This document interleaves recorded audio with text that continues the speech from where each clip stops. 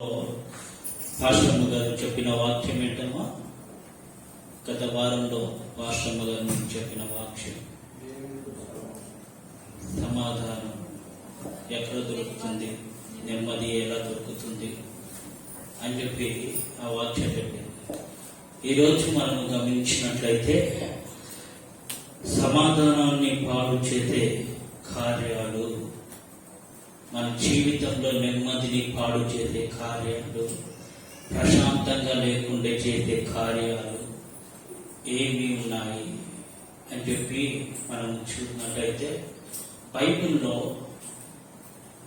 దావీదు మహారాజుకు ఏమైనా కొదువగా ఉంటుందా, ఏమైనా తక్కువగా ఉంటుందా? ఏముండదు, సమృద్ధిగా ఉంటుంది.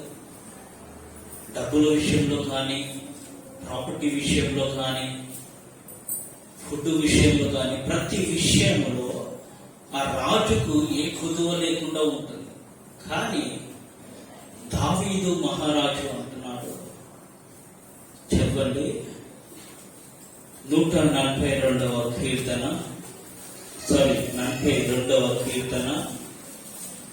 11వ వచనం. నా ప్రాణమా నీవెలా కృంగి ఉన్నావు. హల్లెలూయా.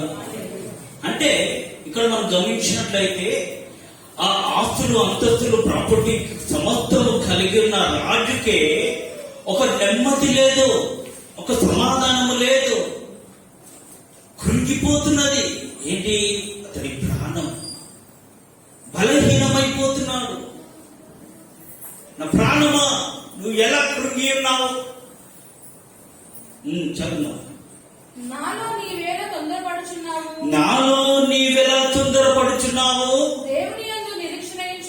దేవుని యందు నిరీక్షణ ఉంచుము. ఆయనే నా రక్షణకర్త, నా దేవుడు,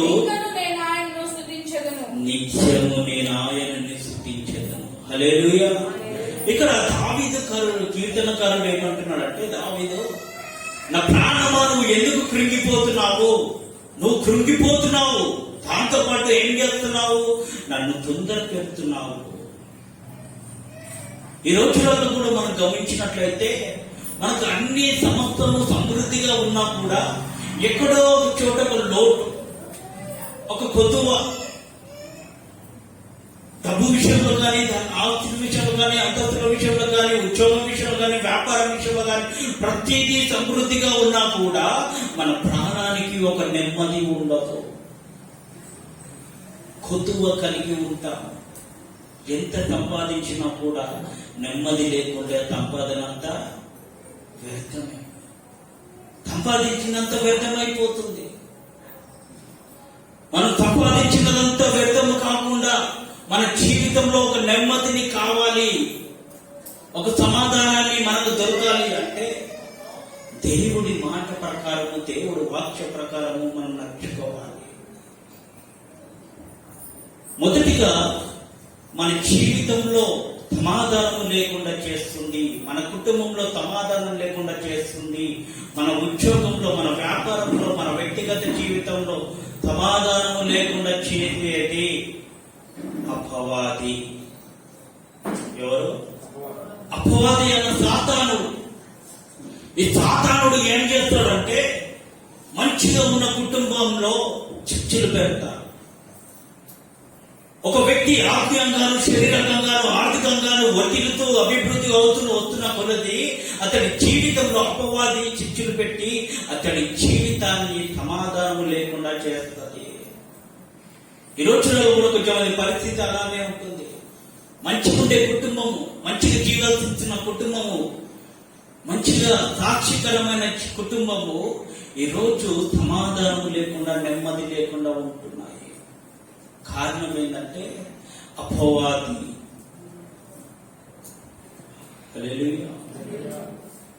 కీర్తనలో 1వ వచనంలో దుష్టుడి ఆలోచన చొప్పున నడవక. హల్లెలూయా. ఏమన్నాడు? దుష్టుడి ఆలోచన. ఇప్పుడు దుష్టుడు అనగా ఎవరంటే అపవాది అయిన సాతానుడు. ఈ అపవాది అయిన సాతానుడు మనకు ఏం కలగజేస్తారంటే ఆలోచనలు కలగజేస్తారు. మనకేం కలగజేస్తాడు? ఆలోచనలు. ఆ ఆలోచనలు ఎలా ఉంటాయంటే మంచిగున్న కుటుంబాన్ని పతనము చేస్తాయి. ఒక వ్యక్తి ఆరోగ్యంగా ఉన్నప్పుడు, బలంగా ఉన్నప్పుడు, ఆ వ్యక్తి ఒక హోదా అంతస్తు కలిగినప్పటికీ కూడా ఒక దుష్టుడి ఆలోచన చేత అతడుకున్న ప్రతిదీ ప్రాపర్టీ, ప్రతిదీ నష్టపోతాడు. ఒక చిన్న విషయం మీకు చెప్పాలని నేను ఆశపడుతున్నాను. ఏంటంటే గత మొదటి సంవత్సరం, నా వివాహమై మొదటి సంవత్సరంలో వెనుక వైపున సెమీ క్రిస్మస్ అని మనం ప్రోగ్రాం పెట్టుకున్నాం. ఆ రోజు ఒక పాస్టర్ అయ్య గారిని నేను పిలవడం జరిగింది. ఆ పాస్టర్ అయ్య గారు మంచి చూసే వ్యక్తి, ఆరోగ్యంగా బలంగా మంచిగా ఉన్నవాడు. కానీ అతనికి లాస్ట్ ఇయర్ బ్రెయిన్ లో క్యాన్సర్ గడ్డ వచ్చి అతనికి ఆపరేషన్ చేయడం జరిగింది. ఆపరేషన్ చేశారు. గత పోయిన 4 నెలల క్రితం అతనికి మందిరం ప్రారంభం, నూతన మందిరం కట్టాడు. ప్రారంభానికి మమ్మల్ని కూడా పిలిచాడు, మేము కూడా వెళ్ళాము. అప్పుడు పర్లేదు కొద్దిగా. కానీ రాను రాను రాను రాను రాను ఏమైపోయాడంటే అతడు ఇప్పుడు చనిపోయే పరిస్థితిలో ఉన్నాడు. ఆ వ్యక్తిని చూస్తే గుర్తుపట్టలేకపోతాం. కారణం ఏంటంటే ఇవన్నీ ఎలా జరిగింది ఏంటి? పాస్టర్ దగ్గర మంచిగా ఉంటారు కదా, ఆత్మీయంగాను, శరీరకంగాను, ఆర్థికంగాను, ప్రతి విషయంలో బలంగానే ఉంటాడు కదా, ఎందుకు ఒకానొక సమయంలో ఒకటేసారి ఈ విధంగా అతడు చచ్చిపోయాక ఆ వ్యక్తి, ఆ పాస్టర్ ఫోటో చూస్తే నా కళ్ళలోకి నీళ్ళు వచ్చేసారు. ఇంత బలంగా, ఇంత ఆరోగ్యంగా ఉన్న వ్యక్తి ఒకేసారి ఈ విధంగా అయిపోయాడు. ఇవన్నీ తీరా మేము ఆలోచించి చూస్తే మిస్టేక్ ఎక్కడ జరిగిందంటే ఒక దుష్టుడి ఆలోచన చేత, పనికిమాలిన దుష్టులు ఉంటారు లోకంలో. మన కుటుంబాన్ని, మన సమాజాన్ని, మనల్ని పాడు చేసే దుష్టుడు ఉంటారు. ఆ దుష్టుడు కొంతమంది వ్యక్తులను వాడుకోగానే వాళ్ళ ఇంటి ఎదురుగానే సెల్ ఫోన్ టవర్స్ 2 ఉన్నాయి. 2 సెల్ ఫోన్ టవర్స్ దుష్టుడి ఆలోచన కలిగేసి అక్కడ పెట్టించారు. ఆ 2 సెల్ ఫోన్ టవర్స్ ఉన్న ఆ రేడియేషన్ ద్వారా బ్రెయిన్ లో క్యాన్సర్ గడ్డ రావడం జరిగింది. దీన్ని బట్టి మనం నేర్చుకోవాల్సింది ఏంటంటే సెల్ ఫోన్ టవర్స్ ఉన్న జాగాలో మనం ఉండకూడదు. అది ఎప్పటికైనా మనకు ప్రమాదమే. దుష్టుడు అనేక విధాలుగా మన తాతాలను ప్రేరేపించి ఆరోగ్యంగా మనల్ని ఎలా కృంగదీయాలో, ఎలా పడగొట్టాలో, ఎలా అతడు బలమైన సేవ చేసే సేవకుడు ఈ రోజు బలహీనమైపోయి చావు బతకాల మధ్యలో ఉన్నాడు. అలా కాడానికి కారణం ఏంటంటే దుష్టుడు అక్కడ ప్రేరేపణ కలిగేసి అక్కడ టవర్స్ పెట్టించడం ద్వారా వారి ఇంటి ఎదురుగానే ఉంటారు. దాని ద్వారా అతని జీవితం ఈ విధంగా అయిపోయింది. ఈ వాక్యంలో కూడా మనం గమనించినట్లయితే దుష్టుడి ఆలోచన చెప్పుడు నడవకండి. కుటుంబంలో కూడా అనేక ఆలోచనలు సాతాను కూడా కలిగజేస్తారు. మంచి ఉన్న కుటుంబాన్ని పాడు చేయాలని చెప్పి ఒక్క విధంగా కాకుండా కూడా 10 విధాలుగా మనకు ఆలోచన కలిగజేస్తారు. ఒకవేళ నీకు వస్తున్న ఆలోచన అది దేవుడి దగ్గర నుండి వస్తుందా, దుష్టుడి దగ్గర నుండి వస్తుందా, అది గ్రహించాలి. గ్రహింపు లేకుండా తొందరపడి నువ్వు నిర్ణయం తీసుకున్నావు అనుకో, నీ జీవితంలో అపజయము, అవమానాలు ఎదుర్కొంటావు. హల్లెలూయా. ఇక్కడ దావీదు ఏమంటున్నాడంటే, అయ్యా నా జీవితంలో నెమ్మది లేదు, నా ప్రాణమా నువ్వెలా కృంగి ఉన్నావు, దేవుడి యందు నువ్వు నిరీక్షణ కలిగి ఉండు. మన జీవితంలో కూడా దేవుడు కార్యం చేయాలి అంటే దేవుడి యందు నిరీక్షణ కలిగి ఉండాలి. ప్రతి విషయంలో తొందరపడితే, ప్రతి విషయంలో తొందరపాటు నిర్ణయం తీసుకుంటే, ప్రతి విషయంలో ఎవరు నాకు చెప్పాల్సిన అవసరం లేదు, ఐఎమ్ ఏ టాలెంటెడ్ పర్సన్, నేను అనుభవం కలిగిన వాడిని, అనుభవం కలిగిన వ్యక్తిని అని చెప్పి నీ సొంత ఆలోచనలు, నీ సొంత ఉద్దేశ ప్రకారం నువ్వు తొందరపడితే నీ జీవితంలో అవమానాలు ఎదుర్కొంటావు. ఆ ఆలోచన దేవుడు కలుగజేసినది కాదు, అపవాది దుష్టుడు నీకు కలుగజేసిన ఆలోచనను విని ఆ ఆలోచన ప్రకారం నడుచుకుంటున్నారు. కాబట్టి చాలా మంది జీవితాల్లో అవమానాలు, అపజయాలు ఎదురు చేస్తున్నారు, వారి జీవితంలో ఒక నెమ్మది సమాధానము లేకుండా ఉంటుంది. హల్లెలూయా. ఈ రోజు నుండి ఆయన దేవుడి ఆలోచన వినండి, దేవుడి వాక్యాంతరంగా నడుచుకోండి. దేవుడు మనకు కృప సహాయాన్ని దయచేయును గాక. అయితే మనం గమనించినట్లయితే అపవాది మనల్ని విరిగివేయాలని చెప్పి, అపవాది మనల్ని పతనము చేయాలని చెప్పి గత 2000 సంవత్సరాల క్రిందట నుండి ఎంతో ప్రయత్నిస్తున్నాడు. ఒకానొక రోజున మన ప్రభు అయిన యేసుక్రీస్తు మన కొరకు, మన పాపాల కొరకు ఆయన శిలువ పైన బలియాగమై అపవాదిని శిలువ కింద చితక త్రొక్కాడు. హల్లెలూయా. అపవాదిని శిలువ క్రింద అపవాదిని చితక త్రొక్కాడు మన ప్రభు అయిన యేసు. ఆమేన్. ఆయన రక్తము చేత మనల్ని శుద్ధీకరించాడు, ఆయన రక్తము చేత మనల్ని పరిశుద్ధపరిచాడు, ఆయన రక్తము చేత మనకు విడుదల కలిగింది. ఆయన రక్తము చేత అపవాదికి దడ పుట్టింది. హల్లెలూయా. అయితే ఇంతగా చేసిన దేవుడు, అపవాదిని చితకదొక్కిన దేవుడు, అయినా కూడా అపవాది మరలా ఏం చేస్తున్నాడు? యోబు గ్రంథంలో మనం ఆలోచిస్తే వాడు పనికి మానవాళ్ళగా ఇటు అటు తిరిగేవాడంట. సాతానుడు ఏ పని బాట ఉండదానికి. ఈ రోజుల్లో కొంతమందికి పని బాట లేనప్పుడు ఇటు అటు తిరగకుండా, ముసలమ్మ ముచ్చట్టు పెట్టకుండా ప్రార్థనలో కూర్చోండి, ఆత్మీయంగా బలపరచబడతారు. హల్లెలూయా. అయితే వాడు ఇటు అటు తిరిగి ఎవరిని, యోబు పైన ఒక కనుదృష్టి, వీని ఎట్లానే నేను పతనం చేయాలని చెప్పి. ఈ రోజుల్లో కూడా అపవాది మన చుట్టుముట్టే ఉన్నాడు. ఎప్పుడు మనల్ని బ్రింగాలి, ఎప్పుడు వీని పతనం చేయాలి, ఎప్పుడు వీని నాశనం చేయాలి, ఎప్పుడు వీని కుటుంబాన్ని రోడ్డు పాలు చేయాలి అని చెప్పి ఒక ఆలోచన, ఒక తలంపు కలిగి అపవాది ఉన్నాడు. కాబట్టి మనము మన జాగ్రత్తలో ఆత్మీయంగా మనం ఎదుగుతూ ఉంటే దేవుడు మనల్ని రక్షిస్తాడు. ఆ వాక్యాన్ని మనం చదివినట్లయితే చదవండి. 1 పేతురు 5వ అధ్యాయము, 1 పేతురు 5వ అధ్యాయము 8వ వచనం. నిబ్బరమైన బుద్ధి గలవారై, నిబ్బరమైన బుద్ధి,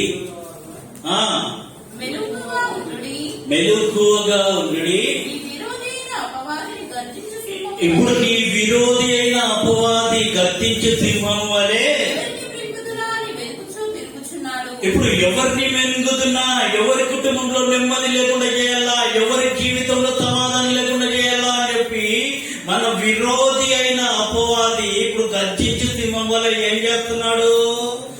తిరుగుతున్నాడు, చూస్తున్నాడు. హల్లెలూయా. ఇప్పుడు ఆ గర్జించు సింహం వలె ఉంటున్న ఆ అపవాది చేతిలో నుండి అతడు, అపవాది మనల్ని బ్రింగకుండా మనల్ని రక్షించుకోవాలి, మనల్ని కాపాడబడాలి అంటే మొదటిగా నిబ్బరమైన బుద్ధి మనకు ఉండాలి. హల్లెలూయా. మన బుద్ధి బాగుండాలి, మన ప్రవర్తన మంచిగా ఉండాలి. భక్తి ఉంటే సరిపోదు, ప్రార్థన జీవితం ఉంటే సరిపోదు, మన ప్రవర్తన సరిగ్గా ఉండాలి. హల్లెలూయా. కొంతమంది అనుకుంటారు దేవుడు మన హృదయాన్ని చూస్తాడు కదా, మన వస్త్రధారాన్ని దేవుడు చూడడు కదా అని చెప్పి కొంతమంది కొన్ని విధాలుగా తమస్తారు. కానీ దేవుడు మన హృదయాన్ని చూసేవాడు, మన హృదయ అంతరంగాన్ని చూసేవాడు, మన నడవడికను చూసేవాడు, మన ప్రవర్తనను చూసేవాడు, మనం వేసుకుంటున్న వస్త్రాలను కూడా దేవుడు చూసేవాడు. ఇతరులకు మహిమకరంగా, సాక్షికరంగా మనం దేవుడి బిడ్డలుగా పిలువబడాలి అంటే మనం వేస్తున్న వస్త్రాల ద్వారా దేవుడి నామాన్ని మహిమపరచాలి. ఈ రోజులలో ఎంత పెద్దగా అయినప్పుడు చిన్న వస్త్రాలు వేసుకుంటున్నారు, పనికి మాలిన వస్త్రాలు. మన ప్రవర్తన ఎక్కడుంది? మన స్వభావం, నిబ్బరమైన బుద్ధి, మన బుద్ధి ఎక్కడ పోతుంది? క్లుప్తంగా చెప్పాడు బుద్ధి. అక్కడ బుద్ధి అని ఉందా లేదా? చెప్పమ్మా మళ్ళీ. నిబ్బరమైన బుద్ధి గలవారై, నిబ్బరమైన బుద్ధి గలవారే, మంచి బుద్ధి గలవారే, మంచిగా జీవిస్తూ సాక్షికరంగా ఉండవలసిన వారై మెలకువగా ఉండుడి. మెలకువగా. నా ప్రవర్తన ద్వారా ఇతరులకు ఏమనుకుంటున్నారు, నా ప్రవర్తన ద్వారా నా సాక్ష్యం ఏమైపోతుంది, నా బుద్ధి సరిగ్గా లేకపోవడం ద్వారా ఇతరులు దేవుణ్ణి ఏ విధంగా అవమానపరుస్తారు, దేవుడు ఏ విధంగా అవమానపరచబడుతున్నాడు అని చెప్పి ఒక మెలకువ కలిగి ఉండాలి.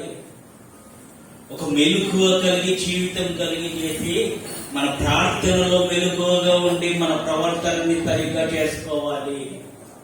తొందరపడకూడదు, నిబ్బరమైన బుద్ధి కలిగి ఉండాలి. సాతానుడు కలిగేసే ఆలోచన ఏంటంటే, మొదటిగా మీకు చెప్తున్నాను, మీ వస్త్రధారణ మార్చుకోమని చెప్తారు. నువ్వేందుకు ఎట్లా వేసుకుంటున్నావు? కొద్దిగా మంచిగా లేటెస్ట్ గా కొత్త కొత్త డ్రెస్లు వేసుకోవాలి. టీవీలో చూడాలి ఎట్లా వేసుకుంటే. ఒక ఆమె ఉంటుంది పనికి మన ఆమె, అది ఏమో దాస్త అంట. ఏం దాస్త అది? ముందు పేరు చెప్తే మొత్తం నేనే చెప్తున్నా అనుకుంటారు. మళ్ళీ జబర్దస్త్ అంట. హల్లెలూయా. ఆ దాసులో ఆమె వేసుకున్న వస్త్రాలు ఎలా ఉంటాయంటే చిన్న చిన్నగా. అంటే అమ్మా నేను చూసినా అని చెప్పి మీరు నన్ను అనుకోగలరు, నేను చూస్తాను అని చెప్పి మీరు అనుకోగలరు. అట్లా ఏదో విశ్వాసులు ఇంట్లో పోతే ఆమె ఏదో వ్యక్తిని అరవడేసి వచ్చింది. ఆమె చూస్తేనేమో దున్నపోతు లాగుంది, వేసుకునేదేమో చిన్న చిన్న. హల్లెలూయా. ఆమె వేసుకుంటుంది కదా. ఆమెకేం తక్కువ? డబ్బులు లేవా? డబ్బులున్నా కూడా చిన్న చిన్న బట్టలు వేసుకుంటున్నారు ఈ రోజులలో. నాకు అనిపిస్తుంది పాపం. మా ఇంట్లో 2 పరదాలు ఉంటే బాగుంటుండే. ఆ పరదాలతోనే వారికి కుట్టిచ్చేస్తుండే. వస్త్రధారణ మార్చుకోవాలి. ఇప్పుడు నిబ్బరమైన బుద్ధి ఎక్కడ ఉంటే, సాతానుడు కలిగేసే ఆలోచన ఏంటంటే, నీ వస్త్రధారణ మార్చుకో. జనరేషన్ మారిపోతుంది. ఇంకేంది ముసలమ్మలాగా చీర కట్టుకోవడము, డ్రెస్ వేసుకోవడం, ఇవన్నీ ఎందుకు? ఈ రోజుల్లో ఆడవాళ్ళకు అంటే చెప్తే ఫీల్ అవుతారు. ఎందుకు నేను చెప్పాల్సి వస్తుందంటే, మీరు ఫీల్ అయినా పర్లేదు, మీరు సరిగ్గా ఉండాలని చెప్పి నా కోరిక. దేవుడి ఉద్దేశము, ప్రణాళిక. చూస్తే ఆడవాళ్ళే చున్నీలు వేసుకోవడం కూడా మర్చిపోతున్నారు ఈ రోజు. ఎక్కడ మీ ప్రవర్తన? ఎక్కడ మీ బుద్ధి ఏమైపోతుంది? ఒక వ్యక్తి ఒక తప్పు చేశాడంటే, ఒక పాపం చేశాడంటే, ఒక వ్యక్తి మిస్టేక్ చేశాడంటే, అరే కడుపుకు అన్నం తింటున్నావా చెప్పాలి, గడ్డి తింటున్నావా అని చెప్పి అంటారు కదా. అన్ని తెలుసుకున్న మనమే మన ఇష్టాంతరంగా మనం జీవించి, మనకు దేవుడికి అవమానకరంగా మనం జీవిస్తే, మెడలో చున్నీ లేకుండా, కాళ్ళకు చెప్పులు లేకుండా, సరిగ్గా బట్టలు లేకుండా ఈడచిడిపోయి ఉంటది. ఇంకా ఎక్కడెక్కడో ఉంటది కదా. మార్చుకోవాలి. సాతానుడు కలిగేసే ఆలోచన ఇది. ఈ యొక్క నీ వస్త్రధారణ ద్వారా ఇతరులకు ఒక ప్రేరేపణ కలుగుతుంది. ఇతరుడు పాపంలో పడే అవకాశం ఉంటుంది. ఇతరుని మనం గాయపరిచే విధంగా. అందుకోసమే ఆడోళ్ళ పైన చాలా కేసులు అవుతున్నాయి. వ్యభిచారం. ఒక మనిషికి ఒక కోరిక, ఒక ఆలోచన. పచ్చిగా చెప్తున్నాను, అర్థం చేసుకోవాలి. పచ్చిగా ఉన్నది చెప్తున్నాను. ఎందుకంటే మీరు నన్ను ఏమనుకున్నా పర్లేదు, మీరు బాగుండాలి. ఒక మనిషికి ఒక కోరిక, ఒక ప్రేరేపణ, ఒక ఆశ, నేను ఈమెతో పాపం చేయాలని చెప్పి ఒక కోరిక వస్తుంది అంటే అది మీరు వేసుకుంటున్న వస్త్రధారణ. తీరా చూస్తే ఆడోళ్ళకు న్యాయం జరుగుతలేదు. ఎక్కడ చూడ అన్యాయం, రేప్ కేసులు ఎక్కువవుతున్నాయి. ప్రభుత్వం ఏం చేస్తుంది? కేసీఆర్ ఆయన ఏం చేస్తాడో మీరు వేసుకుంటున్న వస్త్రాలను చూసి ఆయన సపోర్ట్ చేస్తలే. ఉన్న వాస్తవాన్ని మాట్లాడుతున్నా. మొదట మనము సరిగ్గా ఉండాలి. హల్లెలూయా. రెండవది, అపవాది దాడులు చేసేది, ఆలోచన ఇచ్చేది ఏంటంటే నీ మాటలు. నీ ఇష్టాంతరంగా మాట్లాడిన ప్రేరేపణ కలిగేస్తాడు. ఆ ప్రేరేపణ ఎలా కలిగేస్తాడంటే నీకేమి తక్కువ, నీకేం తక్కువ, నీకు టాలెంట్ ఉంది, నీకు చదువు ఉంది, ఆస్తులున్నాయి, అంతస్తులున్నాయి అని చెప్పి మనలో ఒక గర్వాన్ని అపవాది పుట్టించి నోటికి ఇష్టాంతరంగా మాట్లాడే విధాలుగా చేశాడు. ఒకనొక రోజుల్లో ఒక దైవజనుడు ఒక మాట అన్నారు. సమయం దైవజనుడు ఒక మాట అన్నాడు. ఏమన్నాడంటే, ఈ యొక్క పంటికి, పండ్లకి, నాలుకకు గొడవ అయిందంట. పండ్లకు లోనున్న నాలుకకు గొడవ. ఆ గొడవ అయితే ఈ 32 పండ్లు ఉన్నాయి కదా, పాపం నాలుక చూస్తే ఒకటే ఉంది. ఈ 32 పండ్లు ఏమైపోయిందంటే గర్వించినాయి, అతిశయించినాయి.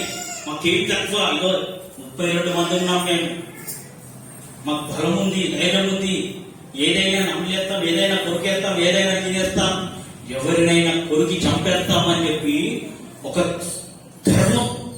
దేంట్లకు? పండ్ల.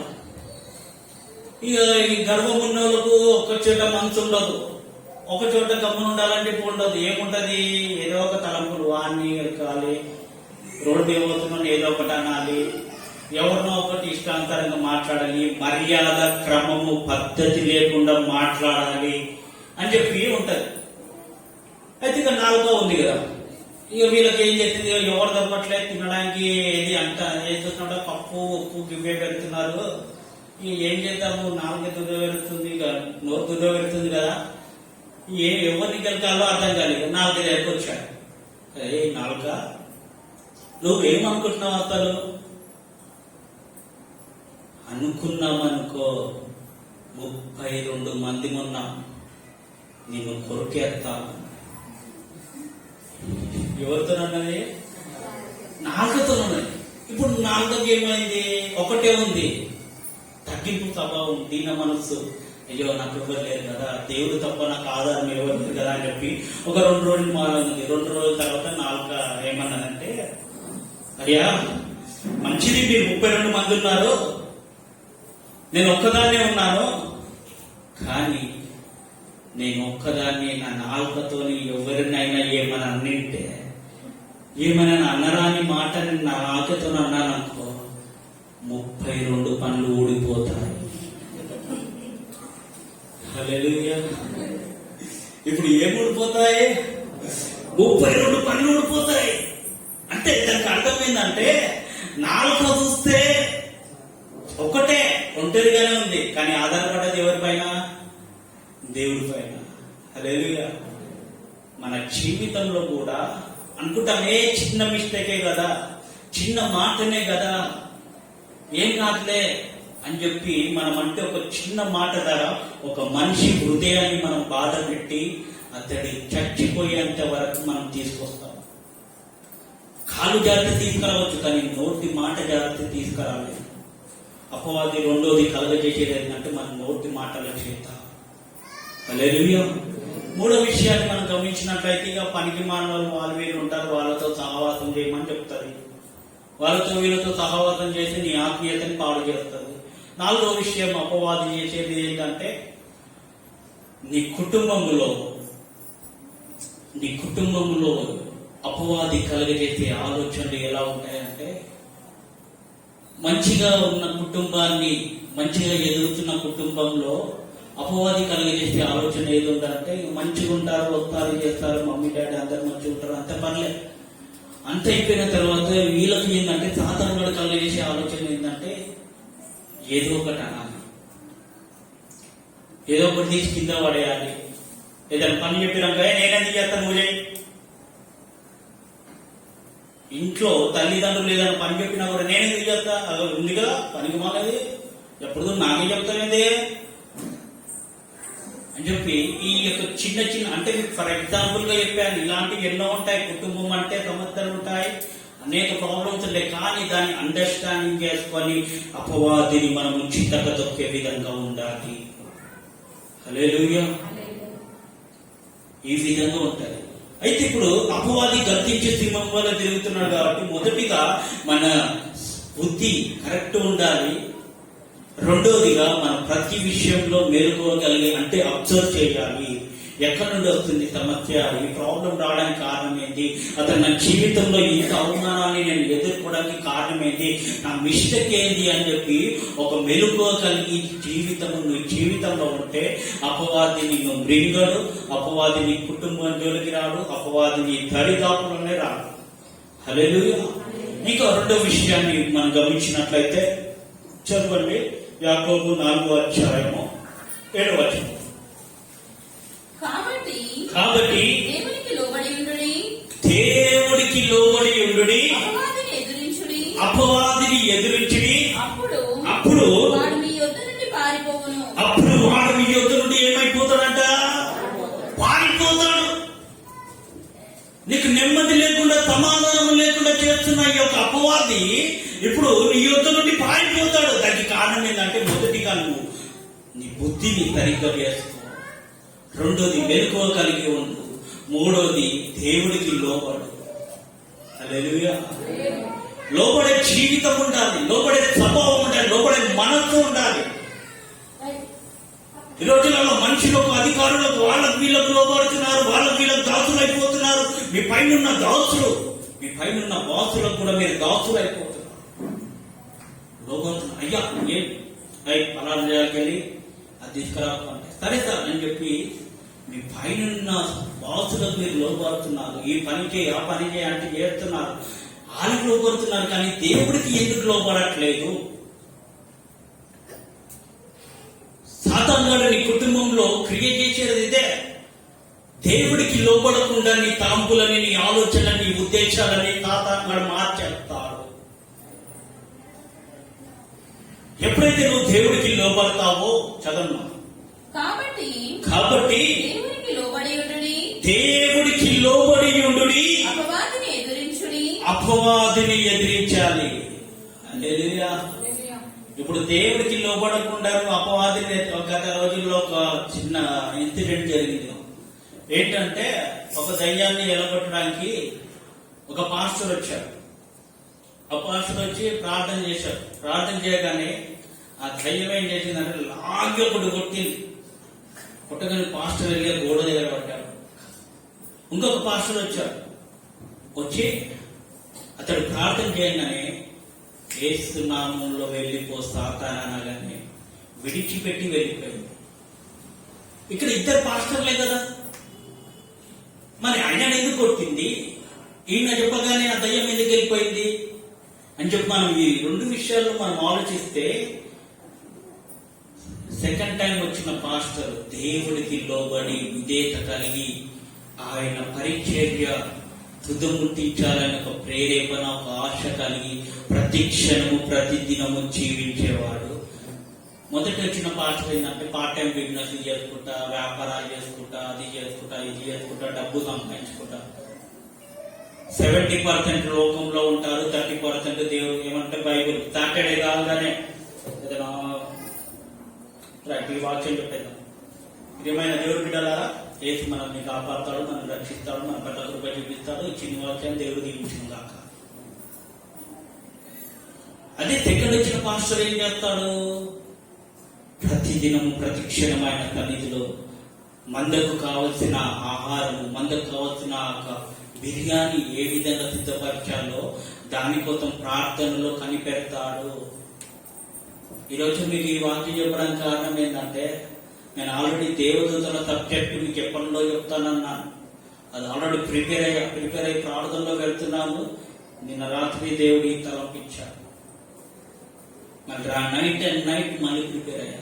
అంటే కారణం ఏంటంటే, దేవుడికి లోబడే వారికి దేవుడు ఆలోచన దయచేస్తాడు, దేవుడి నడిపింపు ఉంటుంది, దేవుడు అతడు చేస్తున్న ప్రతి ఒక్క పనిలో చేయాన్ని కలగజేస్తాడు.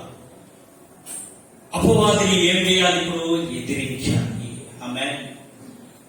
ఈరోజు నువ్వు దేవుడికి లోబడుతున్నావా? ఒక్క విషయాన్ని ఆలోచించుకో. దేవుడు ఎన్నిసార్లు పదే పదే పదే పదే వాక్యం ద్వారా నిన్ను సరిచేస్తూ, వాక్యం ద్వారా నీకు బుద్ధి చెప్తూ, వాక్యం ద్వారా నిన్ను హెచ్చరిస్తున్నా కూడా నీ మాటలు మారట్లే, నీ ప్రవర్తన మారట్లే, నీ పద్ధతి మారట్లే, నీ ఆచారం మారట్లే, నీ బతుకు మారట్లే. హల్లెలూయా. లోబడే వారు ఎలా ఉంటారంటే, అయ్యా నీ మందిరంలో ఒక పనికిరాని పాత్రగా నన్ను వాడుకున్నాయ్యా. హల్లెలూయా. అలాంటి స్వభావం ఉంటుంది. ఎక్కువ చెప్తే మళ్ళీ ఫీల్ అవుతారు. చదువుతారు. నెక్స్ట్ ఇంకొకటి, ఎఫెసీయులకు రాసిన పత్రిక 6వ అధ్యాయము 11వ వచనం. మీరు అపవాది తంత్రములను ఎదిరించుటకు మీరు అపవాది తంత్రములను ఎదురించుటకు శక్తివంతులగునట్లు దేవుడు ఇచ్చు సర్వాంగ కవచమును ధరించుకొనుడి. దేవుడు ఇచ్చు ఇప్పుడు ఏం చేయాలి? సర్వాంగ కవచాన్ని ధరించుకోవాలి. సర్వాంగ కవచం అంటే రక్షణ వస్త్రము. ఆ రక్షణ వస్త్రము ఏంటంటే బాప్తిజానికి సాదృశ్యం. లేదు, దేవుడు ఇచ్చు సర్వాంగ కవచాన్ని మనం ఏం చేసుకోవాలి? ఇప్పుడు ధరించుకోవాలి. ఇప్పుడు వర్షం పడ్డప్పుడు రెయిన్ కోట్ వేసుకున్నాం అనుకో, ఆ వర్షపు చుక్కలు దేనిపైన పడతాయి? మనం లోపల తడిగా వెళ్తామా? తడిచిపోతామా? కారణం ఏంటి? పైన ఏముంది? రెయిన్ కోట్ ఉంది, ఒక వస్త్రం ఉంది. అదే విధంగా అపవాది మనల్ని ముట్టకుండా, అపవాది మన దరిదాపులు రాకుండా, అపవాది ఆలోచన మనకు కాకుండా ఉండాలంటే మనము రక్షణ వస్త్రంని ధరించుకోవాలి. ఆమె బాప్తిజం తీసుకునే వాళ్ళకు చాలా ప్రేరేపణలు వస్తాయి. పాపం చేయాలని చెప్పి పాపపు తలంపులు, పాపపు ఆలోచనలు, పాపపు ఒత్తిడిలు, అపవాది ఎంతగా వాళ్ళని ఇబ్బంది పెడతారు. ఒక రక్షణ వస్త్రాన్ని ధరించుకుంటే, ఈ రోజులలో రక్షణ వస్త్రాన్ని ధరించుకున్న వాళ్ళు కూడా పాపానికి చోటిస్తున్నారు. హల్లెలూయా. పాపానికి చోటు ఇవ్వకండి, రక్షణ వస్త్రాన్ని ధరించుకోండి. ఏం చెప్పాను? అపవాదిని ఎదిరించాలి అంటే మొదటిగా ఏం చెప్పాను? మన బుద్ధి, మన సబుద్ధి మంచిగా ఉండాలి, నిర్మలమైన బుద్ధి కలిగి ఉండాలి. రెండోది మెలకువ కలిగి ఉండాలి. మూడవది దేవుడికి లోబడి ఉండాలి. నాలుగవది రక్షణ వస్త్రాన్ని మనం ధరించుకొని ఉండాలి. ఆమేన్. ఈ విధంగా మనం ధరించుకొని ఉంటే చదవడమ్మా. రోమీయులకు రాసిన పత్రిక 16వ అధ్యాయం 20వ వచనం. రోమీయులకు రాసిన పత్రిక 16వ అధ్యాయం 20వ వచనం. సమాధానకర్తయగు దేవుడు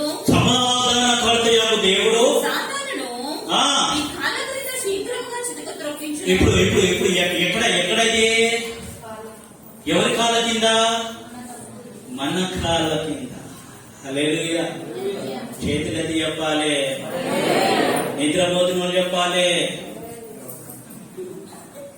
హల్లెలూయా. అప్పుడప్పుడు ఇలా జోక్ చేస్తే కొద్దిగా మీకున్న నిద్రమబ్బు పోతుంది. అయితే ఇప్పుడు సాతాను గాని ఎక్కడ చిత్తగదమంటున్నాడు దేవుడు? మన కాళ్ళ కింద యేసు నామములో సాతాను పో అని చెప్పి ఇట్లా చిత్తక దొక్కే విధంగా ఉంటుంది. ఎవరైనా చిత్తక దొక్కుతారు అంటే వారి బుద్ధి బాగున్న వాళ్ళు, సబుద్ధి, నిర్మలమైన బుద్ధి కలిగి ఉన్నవారు, మెలకువ కలిగిన వారు. ఇంకేం చెప్పాను? దేవుడికి లోబడేవారు, ఆయన రక్షణ సర్వాంగ కవచంని ధరించుకున్న వాళ్ళు ఏం చేస్తారు? యేసు నామములో సాతానా అని చెప్పి చిత్తక దొక్కుతారు. హల్లెలూయా.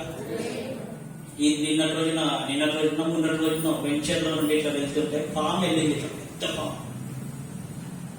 చూస్తే అది 7-8 ఫీట్స్ ఉంటుంది. అంత పొడవు, 6-7 అడుగుల 7-8 అడుగుల పొడవు ఉంటుంది.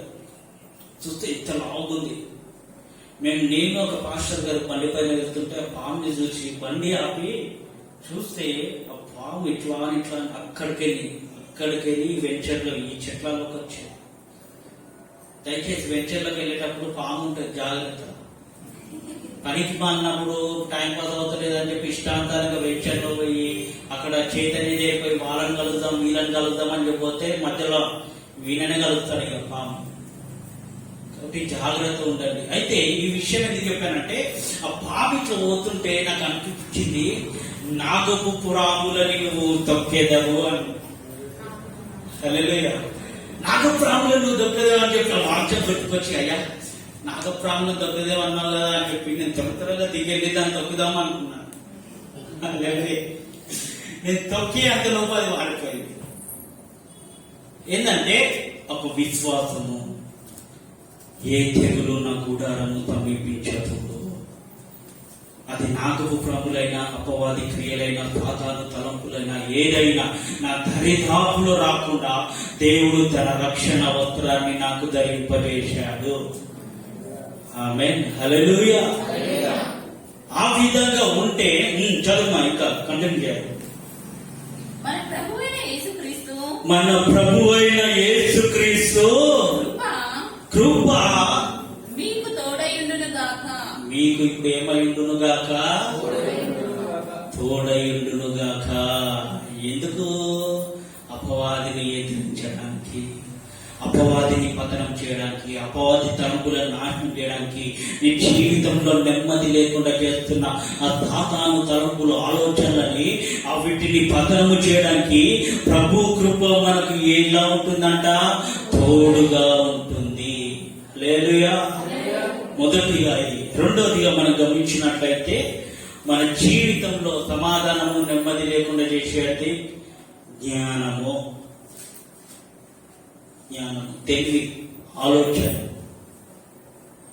నేనే జ్ఞానవంతురాలని, నేనే జ్ఞానం కలిగి ఉన్నాను అని చెప్పి నిన్ను నీవు అతిశయించుకుంటే నీ జీవితంలో సమాధానం ఉండదు. ఎప్పుడైనా నేను జ్ఞానవంతులను కాదు, ప్రభు అయిన యేసే నాకు ఆలోచన చెప్పువాడు, హల్లెలూయా అని చెప్పి నిన్ను నీవు తగ్గించుకొని ఆయనకు నువ్వు అప్పగించుకుంటే నీ జీవితంలో నెమ్మదిని, సమాధానాన్ని దేవుడు దయచేస్తాడు. చదివినట్లయితే చదువులేము. 2 కొరింథీయులు 10వ అధ్యాయము 5-6 వచనం. మేము విశ్వాసములను దేవుని గురించిన జ్ఞానమును అడ్డగించుచు ప్రతి ఆటంకమును పడద్రోసి ప్రతి ఆలోచన క్రీస్తుకు లోబడినట్లు చెరపట్టి మీరు సంపూర్ణ విధేయతను కనపరిచినప్పుడు సమస్తమైన అవిధేయతకు ప్రతిదండన చేసి సిద్ధపడి ఉన్నాము. సంగతులను పై వాటిని మీరు చూచుచున్నారు.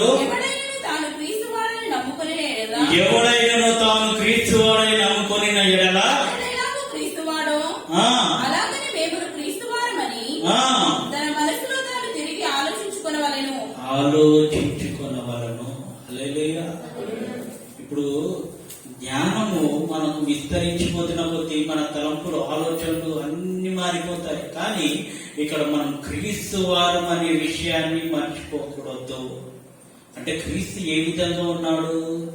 సాత్వికుడు, దీన మనసు, తగ్గింపు స్వభావం కలిగినవాడు, ఇతరులకు సాక్షికరంగా జీవించినవాడు, తండ్రి నామానికి మహిమకరంగా జీవించినవాడు. ఈరోజు మన జ్ఞానం చేత, మన తెలివి చేత మనం ఏమి చేస్తున్నాం? మన ఇష్టాంతరంగా జీవిస్తున్నాం కాబట్టి మన జీవితంలో నెమ్మది ఉండట్లేదు, సమాధానం ఉండట్లేదు. ఇక మీదటైనా మన ప్రబుద్ధిని ఆధారం చేసుకోనక నీ పూర్ణ హృదయంతో ఏం చేయాలి? యెహోవాను సేవించు. హల్లెలూయా. యాకోబు 1వ అధ్యాయం 3-5 వచనంలో మనం గమనించినట్లయితే జ్ఞానం గురించి అక్కడ చక్కటి మాట ఉంటాయి. 1వ అధ్యాయం. మీలో ఎవరికైనా జ్ఞానము, తెలివి కొదువగా ఉన్న ఎడల అతడు ఏం చేయాలి? ఇప్పుడు దేవుడిని అడగాలి. అయ్యా, నా కుటుంబాన్ని ఎలా సరి చేసుకోవాలో నాకు అర్థమవుతలే, నా భర్తని ఎలా సరి చేయాలో నాకు అర్థమవుతలే, నా పిల్లల్ని ఎలా పెంచాలో నాకు అర్థమవుతలే. అపవాదేమో పిచ్చి పిచ్చి ఆలోచనలు, అపవాది తలంపులు నాకు అనేకంగా కలిగేస్తున్నాడు. ఇప్పుడు నేనేం చేయాలి అని చెప్పి నువ్వు ఆలోచన కలిగి ఉంటే మొదటిగా ఆయన సన్నిధిలో వచ్చి మొరపెట్టు. నీకు జ్ఞానం కొద్దుగా ఉంటే ఆయన సన్నిధిలో అడుగు. నువ్వు జ్ఞానం కొద్దుగా ఉంటే నీ కుటుంబాన్ని ఏ విధంగా కట్టుకోవాలో ఆయన సన్నిధిలో అడుగు. నెమ్మది లేని నీ జీవితాన్ని, ఒక నెమ్మదిని, సమాధానాన్ని దేవుడు ఇచ్చాడంటే ఆయన సన్నిధిలో నువ్వు అడుగు. అడుగు వారికి ఏం చేస్తానన్నాడు ఆయన? ధారాళంగా. హల్లెలూయా. ఇంకొక విషయాన్ని మనం చూసినట్లయితే చదవండి, కీర్తనలో 34వ అధ్యాయం 1వ వచనం.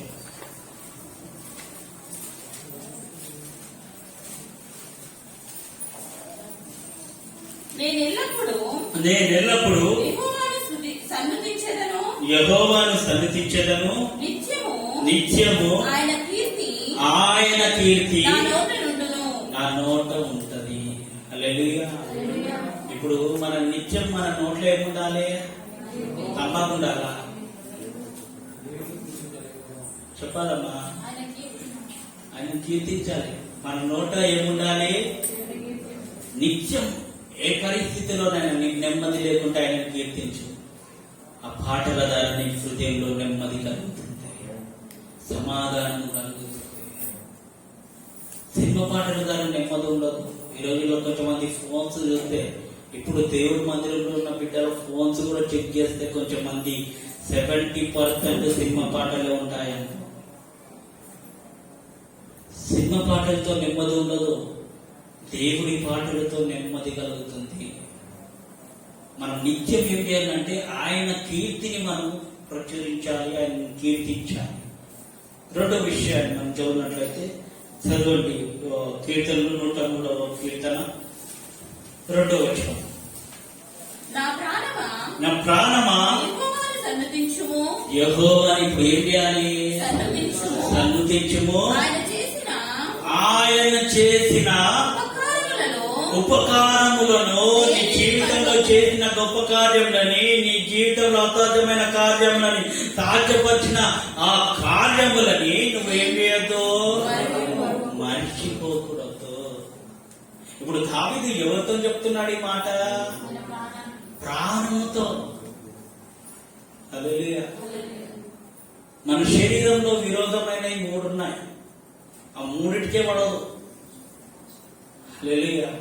ప్రాణ, ఆత్మ, శరీరం. ప్రాణం చెప్తున్నది ఆత్మ అయినవు, ఆత్మ చెప్తుంది శరీరం ఉన్నది. ఇప్పుడు శరీరం చేస్తా అంటే ఈ 2 తప్పదు. ఏంటి? ఆత్మ, ప్రాణం 2 తప్పదు. మన శరీరంలోనే ఈ విధంగా ఉన్నాయి. ఇప్పుడు నీకు ఒక తలంపు వచ్చినాక ఇది చేద్దామని చెప్పి ఒక ఆలోచన వస్తే శరీరం సహకరించదు. అయితే ఇప్పుడు దావీదు ఏమంటున్నాడంటే, నా ప్రాణమా నువ్వు దేవుణ్ణి సన్నుతించు, ఆయన జీవితంలో చేసిన కార్యాలను బట్టి నువ్వు మర్చిపోకు, ఒక కృతజ్ఞత కలిగి ఉండు. అదే పర్సన్తో మాట్లాడట్లే, అక్కడ వేరే వ్యక్తితో మాట్లాడట్లే, అతడు తనిఖీ చేసుకుంటున్నాడు. అతడి ప్రాణాన్ని అతడు కంట్రోల్లో పెట్టుకుంటున్నాడు, అతడి ఆత్మను అతడు కంట్రోల్లో పెట్టుకుంటున్నాడు. ఏదేమైనప్పటికీ కూడా ప్రాణ, ఆత్మ, శరీరము దేవుడికే మహిమ కలుగునట్లు ఉండాలి. హల్లెలూయా. అంటే దావీదు ఒక కోరిక. ఇప్పుడు మనము రెండోది ఏం చేయాలంటే, మనము దేవుడు చేసిన కార్యములని మర్చిపోకూడదు. ఈ రోజుల్లో దేవుడు ఎన్ని కార్యాలు చేసినప్పుడు కొంచెం మంది మర్చిపోతున్నారు. ఆ కార్యాలను మర్చిపోకుండా ఆయనని సన్నుతించాలి. అంటే సన్నుతించడం అంటే ఇది వెంబడించాలి, ఆయనను ఆశ్రయించాలి. మూడవదిగా మనం గమనించినట్లయితే చదవండి 119వ కీర్తన 97వ వచనం. నీ ధర్మశాస్త్రమును నాకెంతో ప్రియముగా ఉన్నది, దినమెల్లా నేను దానిని ఏం చేస్తున్నాను? ధ్యానిస్తున్నాను. ఇప్పుడు నీ జీవితంలో నెమ్మది కావాలి అంటే, నీ జీవితంలో సమాధానం కావాలి అంటే, మొదటిగా నీ నిర్మలమైన బుద్ధి కలిగి ఉండు, రెండోదిగా మెలకువ కలిగి ఉండు, మూడోదిగా దేవుడికి లోబడు, నాలుగోదిగా రక్షణ వస్త్రం సర్వాంగ కవచాన్ని ధరించుకో, ఐదోదిగా నీ జ్ఞానము పైన, నీ తెలివి పైన, నీ బుద్ధి పైన నువ్వు ఆధారము చేసుకోకుండా దేవుడి పైన నువ్వు ఆధారపడి ఉండు, ఆరోదిగా నువ్వు నీ నోటిలో నుండి ఎప్పుడు దేవుడిని కీర్తిస్తూనే ఉండు, ఏడోదిగా ఇంతకుముందు చెప్పాను కదా, దేవుణ్ణి వెంబడించు, దేవుడు చేసిన కార్యాలను మర్చిపోకు, ఎనిమిదోదిగా ఇంతక ఏం చెప్పాను? ధర్మశాస్త్రాన్ని జ్ఞానించాలి, దేవుడి వాక్యాన్ని జ్ఞానించాలి, దేవుడి వాక్యాంతాన్ని నడుచుకోవాలి. దేవుడి వాక్యాన్ని పదే పదే మనం ఎంత జ్ఞానిస్తామో అంతగా మన జీవితంలో నెమ్మది కలుగుతుంది. మనం ఎంతగా ప్రార్థిస్తామో అంతగా మన జీవితంలో నెమ్మది కలుగుతుంది. మనం ఎంతగా ఆయన పాటలను కీర్తిస్తామో అంతగా మన జీవితంలో నెమ్మదిని, సమాధానాన్ని ప్రభువు మనకు దయచేస్తాడు. హల్లెలూయా. ఈ కొద్ది మాటలను ప్రభు మన వెలికిలో భద్రపరచునుగాక. ప్రతి ఒక్కరు మోకాలపై నుండి ప్రార్థన చేసుకుందాం. ప్రతి ఒక్కరము స్తోత్రం స్తోత్రం స్తోత్రం. సమాధానం లేదు అని చెప్పి నీ మనసుకు నెమ్మది లేదు అని చెప్పి ఇటు అటు తిరుగుతూ అపవాది చెబుతున్న ఆలోచనలు నువ్వు వింటున్నావు. అపవాది చెబుతున్న మాటలకు నువ్వు లోబడి నీ జీవితంలో నష్టాలను నువ్వు తెచ్చుకుంటున్నావు. ఒక్కసారి ఆయన సన్నిధిలో గమనించి, ఒక్కసారి ఆయన సన్నిధిలో కూర్చోండి. అయ్యా, ఎన్ని రోజులు నేను అపవాది చెప్పిన మాటలను విన్నానయ్యా, అపవాది చెప్తున్న ఆలోచనలను విన్నానయ్యా. అందుకోసమే నా జీవితంలో నెమ్మది లేదు, అందుకోసమే నా జీవితంలో సమాధానం లేదు. తండ్రి నీకు వందనాలు, తండ్రి నీకు స్తోత్రం అయ్యా. ప్రతి ఒక్కరు ప్రతిజ్ఞాలను అయ్యా, ఇక మీదటైన దేవ తండ్రి నీ ఆలోచన ప్రకారం మేము నడపడానికి సహాయం చేయండి. అపవాదిని దేవ మా పాదాల మీద చితగదొక్కే మనసుని తండ్రి నీకు వందనాలు, స్తోత్రాలు. తండ్రి నీ పాదాలకు వందనాలు. మా ప్రభువా, నిర్మలమైన బుద్ధి ప్రభువా, తండ్రి మేము ఏ విధంగా ఉంటున్నామో, మా ప్రవర్తన ఏ విధంగా ఉందో దేవా తండ్రి మమ్మల్ని ఇక మీద శుద్ధీకరించండి. మా ప్రవర్తన మార్చుకునే మనసుని దయచేయండి. ప్రతి విషయంలో, ప్రతి సమస్యలో దేవా మెలకువ కలిగి ఉండే మనసుని దయచేయండి. ఆ అనుభవాలను మాకు నేర్పించండి తండ్రి. మనుషులకు లోబడడం కాదయ్యా, అధికారులకు లోబడడం కాదయ్యా, నీకు లోబడే మనసుని మాకు దయచేయండి దేవా. ప్రతి దినం, ప్రతి క్షణము దేవా తండ్రి మేము రక్షణ వస్త్రాన్ని ధరించుకోవడానికి సహాయం చేయి. నీ యొక్క కృపని పొందుకోవడానికి సహాయం చేయి. నీ యొక్క కృపను భద్రపరచుకోవడానికి సహాయం చేయి. మేము పాడుతున్న పాటల ద్వారా నీ నామానికి మహిమ కలుగుతాం తండ్రి. మేము చేస్తున్న ప్రతి ఒక్క పనిలో నీ నామానికి మహిమ కలుగుతాం తండ్రి. నిన్ను వెంబడించే మనసుని దయచేయి తండ్రి. నువ్వు చేసిన కార్యములని దేవా మేము మర్చిపోతున్నామేమో అయ్యా. దావీదు ప్రభువా, భక్తులైన దావీదు చెప్పినట్టు దేవా తండ్రి, నువ్వు చేసిన కార్యములను మేము మర్చిపోకుండా మాకు సహాయం చేయండి దేవా. నీకు వందనాలు. ప్రతి దినము, ప్రతి క్షణము దేవా నీ యొక్క ధర్మశాస్త్రాన్ని ధ్యానించే మనసుని మాకు దయచేయండి. యేసు నీ పాదాలకు స్తోత్రం, స్తోత్రం, స్తోత్రం. హల్లెలూయా, స్తోత్రం అయ్యా, స్తోత్రం రాజా. చెప్పబడిన వాక్యం నిమిత్తమై మన మధ్యలో ఉన్న మరియమ్మ గారు ప్రార్థన చేస్తారు. మన మధ్యలో ఉన్న మరియమ్మ ప్రార్థన చేస్తారు.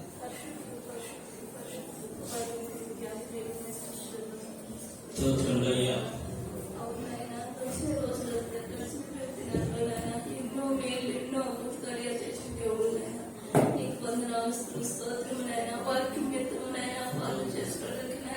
నాకు ఇచ్చిన వాక్యాన్ని బట్టి నాకు ఇచ్చిన ఓ ప్రభుత్వాన్ని బట్టి స్తోత్రమునైనా. ఇలాంటి వాక్యం, ఇలాంటి తరుణం చూడలేకనైనా ఎంతో మంది నైనా మరణించి భూగర్భంలో కలిసిపోయి ఉన్నారు నాయన. నాన్న వ్యాధుల వల్ల, బాధల వల్ల ఎంతో మంది నశించిపోయారు నాయన. వాళ్ళకంటే గొప్పవారు శ్రేష్ఠులు కాదు కదా నాయన. నీ ఉచితమైన కృపలో నన్ను భద్రపరచుకొని నువ్వేనైనా మా కుటుంబం ఒత్తిడి ఉంది బాగా యాడు కలిగి ఉన్నాయన. నాలో ఉండి నన్ను లేవనెత్తిన దేవుడు నాయన, నీకు వందనాలు, స్తోత్రం నాయన. నీ సన్నిధిలో నన్ను నిన్ను పాటించుకోవడానికి, నిన్ను శుద్ధించుకోవడానికి, నిన్ను కనుపరచుకోవడానికి నాయన నాకు ఇచ్చిన నీ వాక్యాన్ని బట్టి వందనాలు, స్తోత్రం నాయన. నీకు వందనాలు నాయన. అవును నాయన, నిర్మలమైన బుద్ధి నాయన మాకు కలుగు చేయమని అడుగుతున్నాను నాయన. మాలో లేదేమో నాయన బుద్ధి నాయన. అలాంటి బుద్ధి ఇప్పుడు నుంచైనా నాయన నిర్మలమైన బుద్ధి నాయన మాలో దయచేయి నాయన. లేదా నాలో దయచేయి నాయన. నీకు వందనాలు, స్తోత్రం నాయన. అవును నాయన, ఓ ప్రేమ నాయన, నీ రక్షణ వస్త్రాన్ని మేము నాయన ధరించుకొని ఎప్పుడు నాయన నీకు మహిమకరంగా ఉండడానికి సహాయం చేసేనైనా. సమాధాన మనసు దయచేయనైనా. నీకు వందనాలైనా. మా కుటుంబంలో మాలోనైనా సమాధానాలు లేవనైనా సమాధానం దయచేయమని అడుగుతున్నానైనా. నీకు వందనాలు, స్తోత్రమునైనా. అవును నాయన, ఈ లోకంలో, లోకాశంలో, లోక తలపుల్లోనైనా కలిసిపోకుండా నాయన ఓ ప్రభ నీకు నాయన ఇష్టడుగా నాయన, నీకు నాయన ఓ ప్రభ మహిమకరంగా నాయన మేమంటే ఏరుగానైనా నీ బిడ్డలుగా ఉంటానికి సహాయం చేసేనైనా. నీకు వందనాలు, స్తోత్రమునైనా. అదే విధంగా దావీదు భక్తుడు అన్నట్టు నాయన ఓ ప్రభ నువ్వు చేసిన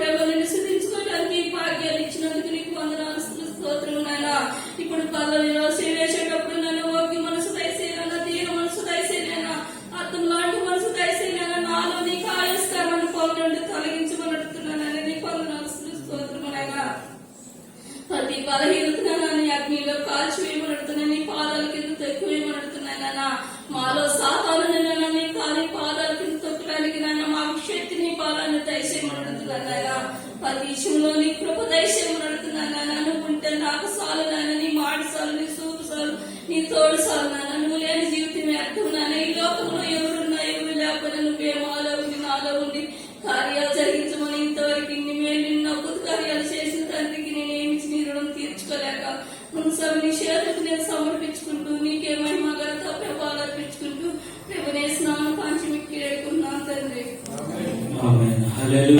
వీళ్ళ వాక్శాంతాలకు ప్రతి ఒక్క బిడ్డ నడపడానికి సహాయం చేయండి. వారి అవసరతలను తీర్చండి దేవా. తండ్రి అదేవిధంగా ప్రభావ మీరే సహాయం చేయండి. అపవాదిని ఏ విధంగా ఎదిరించాలో దేవా మీరు చక్కటి లేఖనాల ద్వారా బయలుపరిచిన విధానం బట్టి పొందనాలు. మొదట మేము ఏ విధంగా ఉండాలో దేవా మీరు స్పష్టంగా మాట్లాడిన విధానం బట్టి పొందనాలు. తండ్రి వీళ్ళ వాక్శాంతాలను నడుచుకోవడానికి సహాయం చేయండి. పనులు ఉండి చేయకుండా జరిపించినాక నీకు వందనాలు. తండ్రి మీరు కృప చూపించాను. అదేవిధంగా ప్రభావ ఈ యొక్క ఫ్రూట్ మీద ఏమో స్పాన్సర్ చేయడం ప్రభావ ఉదయము కుటుంబాన్ని కూడా మీరు దీవించి ఆశీర్వదించి వారి అవసరతలన్నీ మీరు తీర్చారు. నెమ్మదిని దయచేయండి దేవా. తండ్రి ఫ్రూట్స్ స్పాన్సర్ చేసి సహకరించిన బిడ్డలను కూడా దీవించండి, ఆశీర్వాదించి ప్రభావ మీరే కృప చూపించండి. తండ్రి వచ్చినప్పుడు ప్రతి ఒక్క బిడ్డని బలిష్టమైన అర్థమైతే నేను ఆశీర్వదిస్తున్నాను. నీ నామంలో ఆశీర్వదించబడును గాక, నీ నామంలో దీవించబడును గాక, నీ నామంలో వర్ధింపబడును గాక. క్షేమాన్ని, ఆశీర్వాదాన్ని, ఆరోగ్యాన్ని నిత్యం నీ సన్నిధిలోనే పొందుకోను గాక. తండ్రి మీరే కృప చూపించి సహాయం చేయి. మరలా మీ మందిరం కలుసుకొని నామాన్ని మెంపటి కృపని దయచేయమని యేసునామములో అడిగి వేడుచున్నాను తండ్రి. మన తండ్రి అయిన దేవుడి ప్రేమ, కుమారుడైన యేసుక్రీస్తు కృప, పరిశుద్ధాత్మ సన్నిధి సహవాసం ఇప్పుడు ఎల్లప్పుడు సకల పరిశుద్ధులకు మనకు ప్రభు రక్షణ సదాకాలం తోడైండును గాక. యేసు రక్తమే చేయండి, ప్రవేశ రక్తమే చేయండి.